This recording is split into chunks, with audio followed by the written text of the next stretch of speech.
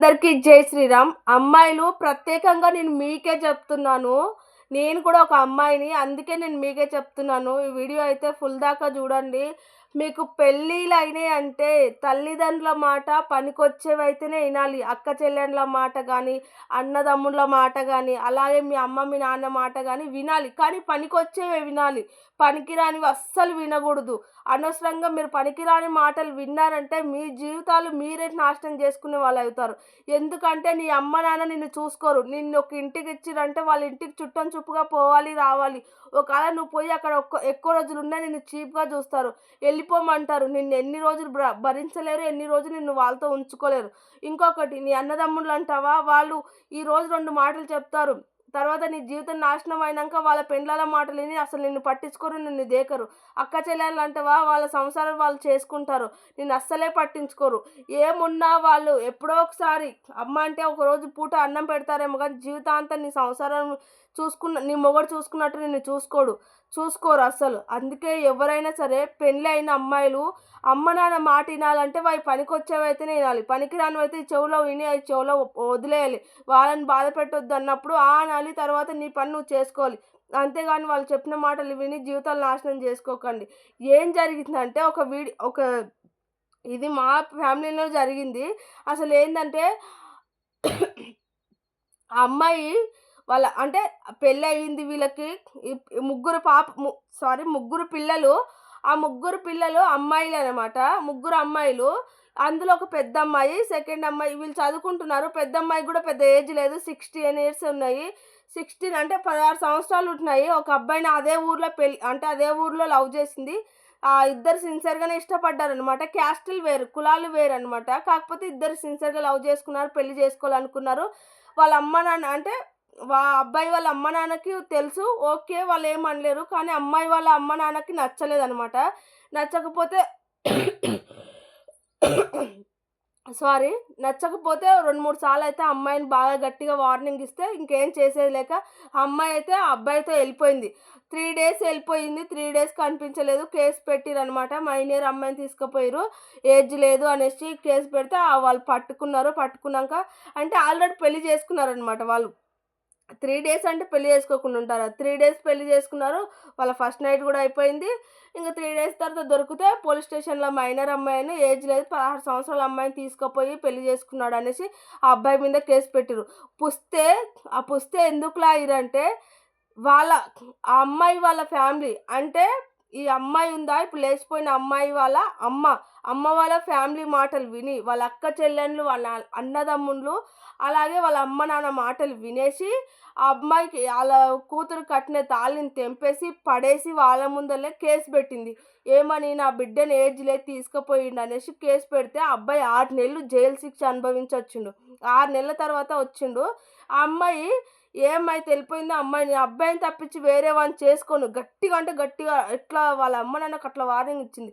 నన్ను తీసుకొచ్చి నేను చనిపోతాను. నాకు అబ్బాయినిచ్చి చేస్తారా చేయండి. లేదంటే చనిపోతాననేసి ఆ అమ్మాయి అయితే 2, 3 సార్లు చనిపోవడానికైతే ప్రయత్నించింది. ఇంక ఏం చేసేయలేక, ఏమనలేక సచ్చినట్టు మళ్ళా వాని కాళ్ళ దగ్గరికెళ్తున్నారు. నా కూతుర్ని పెళ్లి చేసుకో అని. వాని డిమాండ్ ఏందో తెలుసా? నన్ను 6 నెలలు జైలు శిక్ష చేశారు. పెళ్లి చేసుకుంటే పుస్త తీసేశారు. ఇప్పుడు నేనెలా చేసుకోవాలి? నేను చేసుకోను అన్నారు. అంటే బ్రతిమాలి మళ్ళా అప్పుడు ఊర్లో పంచాయతీ పెట్టేసి అప్పుడు అందరిని తీసుకొచ్చి అప్పుడు మాట్లాడి చేస్తే అప్పుడు అందరిలో పెద్దోళ్ళు ఒప్పించిర్రు. కట్నం ఇచ్చి ఆ అబ్బాయి అప్పుడు కట్నం లేదు, ఏం లేదు పోయి చేసుకున్నారు. ఇంక చేసుకున్నాక ఏం చేసేయలే కాబట్టి తీసుకొచ్చి వీళ్ళకి నచ్చినట్టు చెప్పుకొని సంసారం చేపిస్తే అయిపోతుండే. ఆహ్, పొ వాళ్ళ అమ్మ నాన్న మాటలు విని, వాళ్ళ ఫ్యామిలీ మాటలు విని ఆ అమ్మాయి పుస్తే తెంపేసింది, చేసింది. అంతా అయిపోయినంక ఇప్పుడు ఆ అమ్మాయి చచ్చిపోతదని భయంతోటి ఇంకా ఆ అమ్మాయికైతే చెప్తుందనమాట ఇగ. చేస్తాను అని చెప్పేసి వాళ్ళతో మాట్లాడితే అబ్బాయి ఫ్యామిలీ మొత్తం ఇంక అందరూ పంచాయతీ పెడితే ఓకే అన్నారు. అప్పుడు కట్నం ఇచ్చినారు తెలుసా? 5 తులాల బంగారము, 3 లక్షల కట్నం ఇచ్చి గ్రాండ్ ఫంక్షన్ హాల్‌లో పెళ్లి చేసినారు. కానీ ఒక్క రూపాయి వీళ్ళతో లేవు. వీళ్ళు చేసుకుంటే గాని పూటకెళ్ళదు. వీళ్ళతో పైసలు లేవు. అప్పు తీసుకొచ్చి ఆ అమ్మాయి ఒక్కటే టార్చర్ పెడుతుంది. ఎప్పుడైతే అంటే అట్లా ఎన్ని రోజులు ఆ అమ్మాయి మెడలో పుస్త తెంపినంక అట్లా ఆ అమ్మాయిని 2 ఇయర్స్ వాళ్ళ ఇంట్లోనే అప్పటికి పెళ్లి అయినంక తీసుకొచ్చినంక 2 ఇయర్స్ ఉంచుకున్నారు. ఇంకా ఆ తర్వాత అమ్మాయి స్టార్ట్ చేసిందనమాట అనమాట టార్చర్ చేయడం. నాకిచ్చి పెళ్లి చేస్తారా అతన్ని? లేదంటే నేను చనిపోవాలా అని స్టార్ట్ చేస్తే ఏం చేయలేక బయట అప్పులు తీసుకొచ్చి మరీ పెళ్లి చేశాడు. ప్ర వాళ్ళతో ఏం లేవు. ఒక్క రూపాయి కూడా లేవు. బంగారానికి గాని, అలాగే ఇచ్చే కట్నానికి గాని, ఫంక్షన్‌లో పెళ్ళికి గాని, అన్నిటికి పెళ్లి బట్టలకు గాని ఏ టు జెడ్ వీళ్ళు బయట అప్పు తీసుకొచ్చి పెళ్లి చేశారు. ఇప్పుడు వాళ్ళ ఫ్యామిలీ వాళ్ళు ఎవరైతే వీళ్ళ అక్క చెల్లెండ్లు వాళ్ళ ఫ్యామిలీ ఉన్నారో వాళ్ళు ఒక్క రూపాయి సహాయం చేయలేదు. తర్వాత ఒక్క మాట మాట్లాడలేదు. ఎవ్వరు ఎవరిని దేకలేదు. ఇప్పుడు వీళ్ళే అప్పుల్లో పడ్డారు. వీళ్ళే రిస్క్‌లో పడ్డారు. ఇప్పుడు అయ్యో! మొర్రో అని నెత్తి కొట్టుకుంటున్నారు. నా కూతుర్ని మళ్ళా వానికిచ్చే చేయాల్సొస్తుందని అప్పుడు అన్నీ మూసుకొని అబ్బాయి కాళ్ళు కడిగి నెత్తిన చల్లుకున్నారు. అదేదో ముందే చేసుంటే ఈ అప్పులన్నీ తీరవు గదా! ఏదైనా సరే అది మంచి అయితే ఫ్యామిలీ చెప్పింది వినాలి. అది చెడు అయితే వినొద్దు. మనం ఆలోచించి ఒక స్టెప్ ముందుకు తీసుకోవాలి గానీ, మన అమ్మోళ్ళు చెప్పారు గదా! మన అక్క చెల్లెళ్ళు చెప్పారుగా అంటే అసలు ఎవ్వరి మాటలు వినొద్దు. ఎందుకంటే నీ జీవితం నువ్వు ఆలోచించాలి. నీ పిల్ల జీవితం నువ్వు ఆలోచించాలి.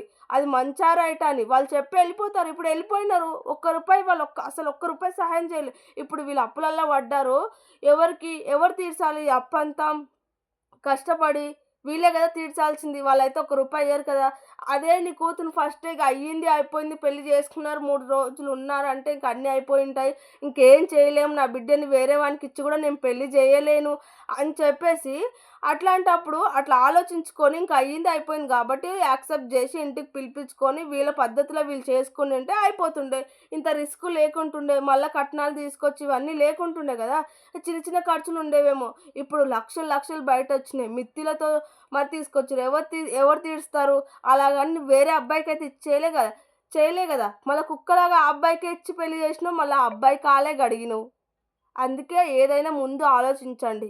ఆలోచించి చేసుకోండి. ఇలా అనవసరంగా ఆవేశానికి పోయి, ఆ చిన్న చిన్నది కాస్త పెద్దగా చేసుకొని 10 మంది ముందల పరువు తీసుకోకుండా, ఆ చిన్నది కొంచెం 5 మందికి తెలిసినప్పుడు అంతటితోటే సాల్వ్ చేయాలి. అంతేగాని ప్రపంచం, ఊరు మొత్తం తెలిసేలా చేసుకోకండి. మీ జీవితాలు మీరే నాశనం జేసుకోకండి. అలాగే పిల్లల జీవితాలు నాశనం జేయకండి.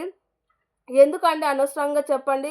మంది మాటలు నమ్ముకుంటే ఇల్లొచ్చేసరికల్లా ఆగమైందన్నట్టు అలా అయితది. మంది మాటలు ఎప్పుడూ నమ్మొద్దు. ఎవరిదైనా సరే, అది మన ఫ్యామిలీ అయినా సరే, మన మంచి కొరకు చెప్తే మనం వినాలి. దాంట్లో తప్పు అస్సలు లేదు. మన మంచి కొరకు చెప్తే. అది చెడు కొరకు చెప్తే అస్సలు వినగూడదు. సరే అనాలి. వాళ్ళ ముందల సరే అనాలి. కానీ మనం ఏం చేయాలో ఆలోచించుకొని చేసి ముందుకెళ్ళడం అది బెటరు. నాకనిపించిందయితే నేను చెప్పాను. ఇందులో ఏమైనా పొరపాటుంటే క్షమించండి.